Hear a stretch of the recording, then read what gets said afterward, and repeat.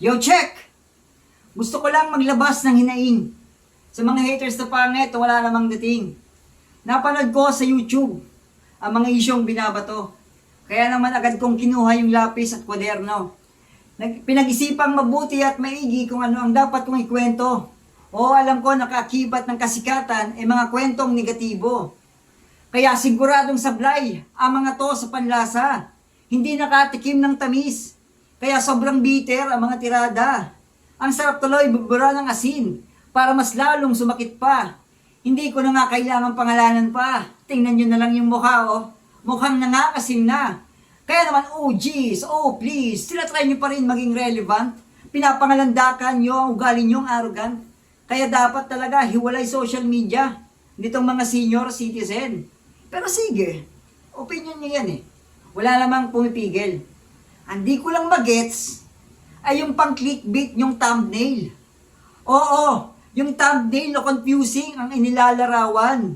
Pangalan isa'y inaapakan para lang yung iba'y umangat ang tungtungan. Napakadiring galawan. Bagay nga sa inyong ngipis, napakabaho ang katauhan. Kasi nga, sino nga ba to mga to?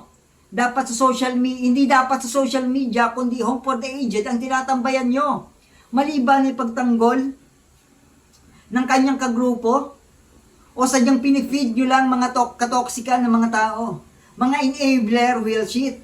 Kung journalism tawag nyo dyan, better yet quit.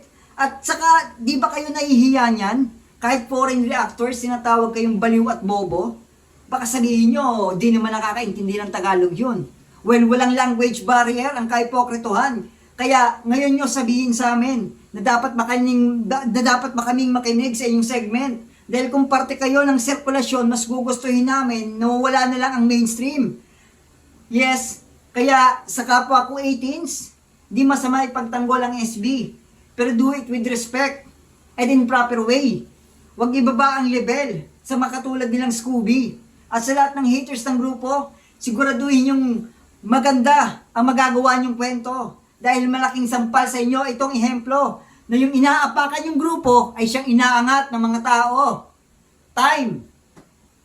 Yo, what is up guys? Albayano Mataenyo here at syempre, hopefully, nagustuhan nyo yung aking ginawang simpleng verse para i-address yung aking opinion or aking nararamdaman at gusto kong sabihin sa mga haters ng SB19.